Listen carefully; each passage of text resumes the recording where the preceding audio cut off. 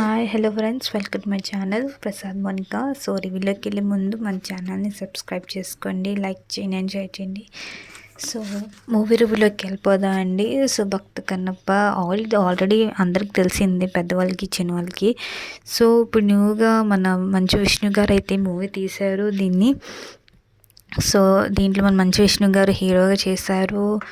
And చాలామంది actors కూడా ఉన్నారు, మలయాళం యాక్టర్స్, మన తెలుగు మన ప్రభాస్ గారు, చాలామంది అయితే ఉన్నారు.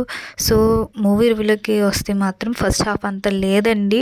సో సెకండ్ హాఫ్ నుంచి, అదే మన ప్రభాస్ గారు ఎప్పుడు ఎంటర్ అవుతారో అప్పటి నుంచి అయితే మూవీ బాగా నడిచింది. అప్పుడుదా కొంచెం డల్గా వెళ్ళిందని చెప్పచ్చు మూవీ అయితే.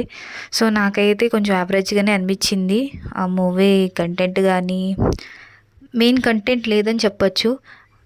ప్రభాస్ గారిని తీసుకొచ్చిన కాడి నుంచి కొంచెం పర్లేదు, బాగుంది మూవీ అంతా. సో నాకైతే ఎలా అనిపించింది, మీకు ఎలా అనిపించిందో మూవీ చూసాక కామెంట్ చేయండి. కన్నప్ప మూవీ అయితే సో ఇది అండి. సో పాత్రలో ఆల్రెడీ మీకు తెలిసిందే కదా, మన ప్రభాస్ గారు ప్రభాస్ గారి కృష్ణరాజు గారు చేశారు కదండి.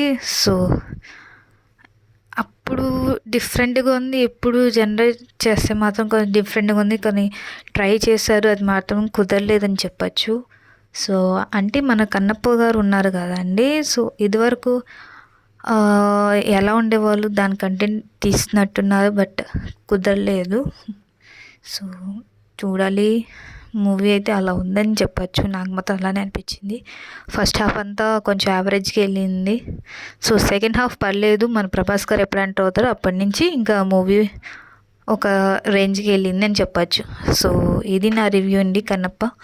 సో నెక్స్ట్ వీడియోకి వెళ్దాం. Take care, bye.